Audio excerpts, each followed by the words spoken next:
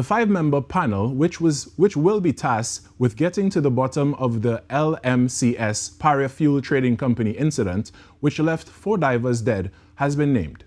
Minister of Energy and Energy Industries, Stuart made the announcement at Thursday's post-cabinet media briefing. Cozier Phillip reports.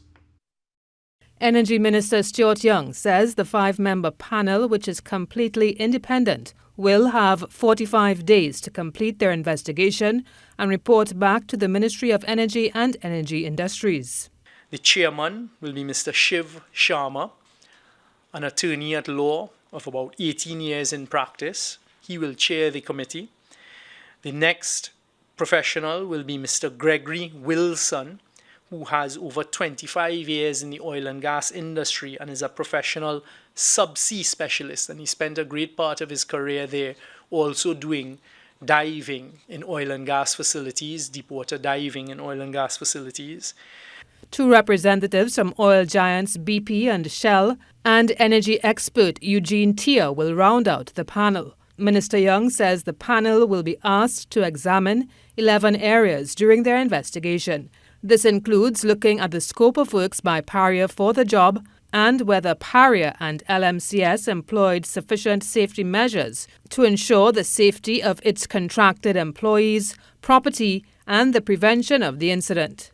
To identify the precise facts and circumstances which led up to and resulted in the loss of life, and whether this was reasonable and justifiable in the particular circumstances. 5, to examine all of the decisions and actions taken after it became clear that the 5 LMCS divers went missing. The Oil Fields Workers Trade Union, the United National Congress, and members of the public have been calling for the resignation of the executive management at Paria in the wake of the tragic incident. However, the energy minister prefers to wait and see what the investigation unearths. I haven't received any resignations, nor am I at this stage calling for any resignations. I think that would be premature. And really, this panel of experts is going to go in there and look at the various roles played, and we take it from there.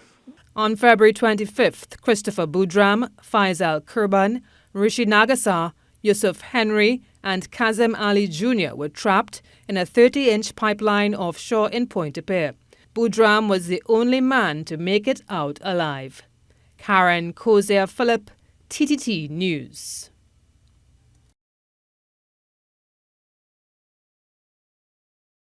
Meanwhile, Cabinet has appointed a 5-member subcommittee to look into the operations of the state-owned TSTT and make recommendations for the company's future.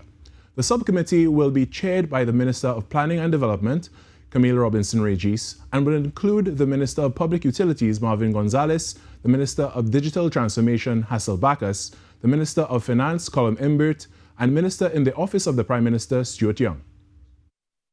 So that committee that comprises the 5 of us have been tasked with Cabinet, as I said, taking a look at TSTT, what state is it in now, looking at the whole revolution that has taken place and whether it still remains fit for purpose, and then looking at what recommendations we can make to Cabinet, and that would also include a current market value of TSTT. Minister Young says it's premature to suggest that government has plans to sell its 51% shares in TSTT. However, President of the Communication Workers Union, Clyde Elder, told TTT News the union was asking for an audit of the company. The union's leader says TSTT's financial reports for the last year show that TSTT is not making a profit. However, the company's operating profit is $1 billion. Mr. Elder says he hopes they are not looking at another Petrotrin scenario in the making, whereby the government will sell off its 51% shares, close down TSTT, and open another company.